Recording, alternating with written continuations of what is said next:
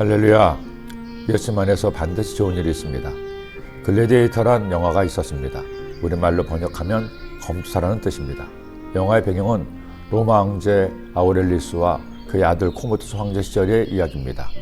아우렐리스의 충직한 신하였던 주인공이 코모두스에 의해 반역자로 누명을 쓰고 집안은 떼죽음을 당하고 본인은 노예로 검투사로 전락하게 됩니다.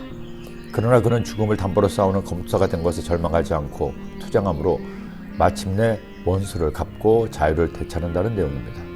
영화나 드라마에서 또는 소설에서 자주 등장하는 내용입니다. 억울한 누명을 쓴 주인공과 그에게 누명을 씌운 원수가 있습니다. 처음 누명을 쓴 주인공은 온갖 억울한 일을 다 당하고 어려움을 면치 못합니다.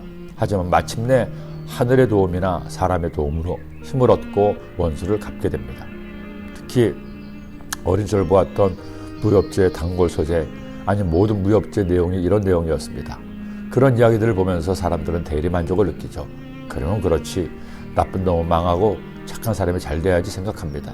하지만 현실은 항상 그런 것만은 아닙니다. 물론 하나님의 관점에서 보면 맞습니다. 하나님의 시선은 우리가 느끼는 현실만이 아니기 때문입니다. 하나님은 시공을 초월하신 분이시기에 죽음 후에 있을 심판이야말로 영원한 공의의 심판이기 때문입니다. 그래도 하나님께서는 현실에서도 웬만하면 하나님의 공의를 이루시기도 합니다. 하지만 예외가 있습니다. 양쪽에 다 문제가 있고 악할 때죠. 이럴 때는 하나님께서는 하나님의 뜻에 따라 공의를 이루시기도 하십니다. 유다의 마지막 왕 시드기야는 복수심에 불탔습니다. 바벨론의 느부갓네살 왕의 침략으로 나라가 쑥대밭이 되고 조카였던 여호야김마저 일가족들과 함께 포로로 끌려갔습니다.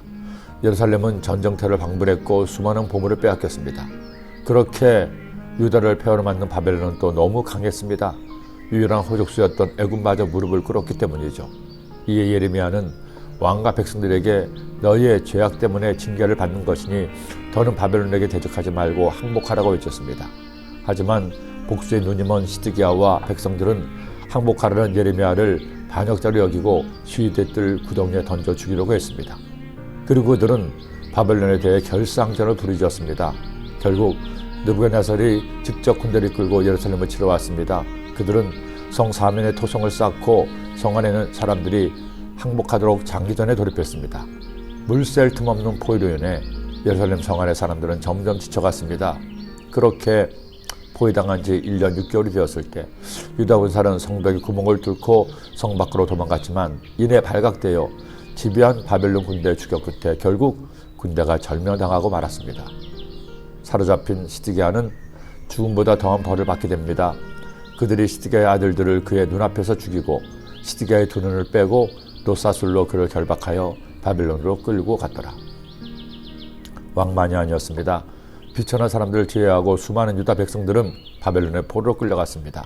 솔로몬이 지었던 아름다운 성전은 완전히 무너지고 성전에 있던 모든 것들은 바벨론이 다 가져갔습니다.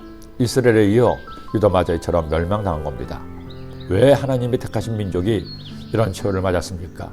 하나님은 그들을 사랑하시고 택하셨지만 그들은 하나님을 버리고 우상을 택했기 때문입니다. 배은망덕도 이런 배은망덕이 없을 겁니다.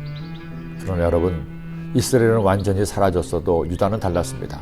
유다는 하나님이 정하신 정통 속에 있었습니다. 예수 그리스도로 이어지는 다윗의 후손으로 오시는 메시아의 소망이 있었습니다. 그리고 요시야가 개혁한 야훼의 율법의 말씀이 있었기 때문입니다. 훗날 바벨론의 포로로 끌려갔던 유다 백성들은 다시 돌아와 에스라를 통해 다시 한번 율법의 말씀을 접합니다. 그리고 비로소 에스라를 통해 오늘날 구약의 말씀이 유다 백성들에게 하나님의 말씀으로 전해지고 이를 통해 기독교의 전신인 유대교가 야훼 하나님 신앙으로 거듭날 수 있었던 겁니다. 우리가 하나님을 포기하지 않는 한 하나님도 우리를 포기하지 않으십니다. 저는 성도님들이 하나님의 말씀을 포기하지 않기를 기도합니다. 이제 다시 말씀으로 돌아갑시다. 처음 하나님 말씀으로 주님을 만났던 그때로 돌아가 새로운 말씀의 은혜 시대를 맞이하시기를 기도합니다. 기도드립니다. 하나님 아버지, 어느덧 결실의 계절 가을을 맞이했습니다. 이번 가을에는 하나님 말씀을 더욱더 가까이에서 하나님 말씀밥을 잘 먹고 말씀으로 새로워지고 말씀으로 거듭난 은혜가 있게 하여 주옵소서. 예수님의 이름으로 기도드립니다. 아멘.